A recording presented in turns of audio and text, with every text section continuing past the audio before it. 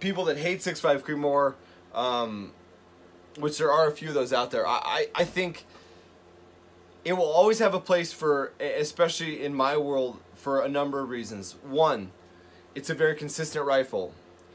It is a very easy rifle to shoot. So for me, I'm very comfortable putting anybody behind a 6.5 Creedmoor that has very limited long distance and or overall centerfire rifle shooting distance, anything fundamentals. So somebody that comes from the East Coast and they really haven't spent any time shooting anything over 100 yards, which is not uncommon.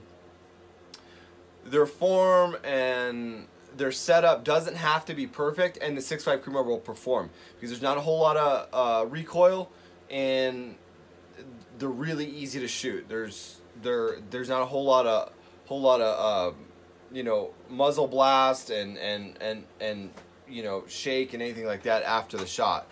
So for me, it will always have a place for that reason, because it's very easy to shoot. And it will always have a place too because there's so much ammo for it, and the ammo works well. So everyone that's transitioning up and doing different things, that's great. But what I think the 6.5 Creedmoor is the 7mm Magnum is to the 28 Nosler. Yes, the 28 Nosler is a great, it's awesome. It's flat shooting.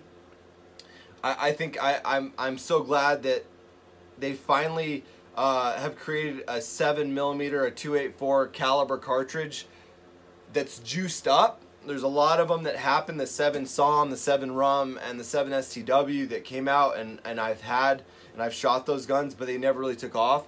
I think the 28 Nosler filled that gap big time, but it's the same with the 6.5 PRC.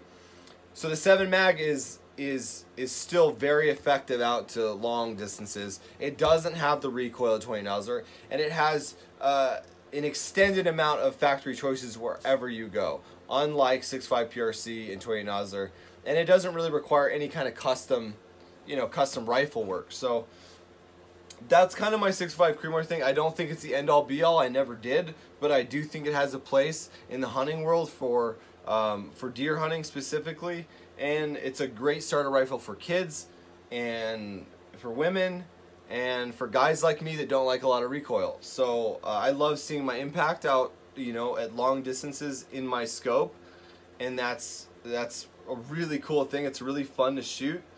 It doesn't burn up barrels. The longevity of the rifle is great. So that I do like it. I think it is.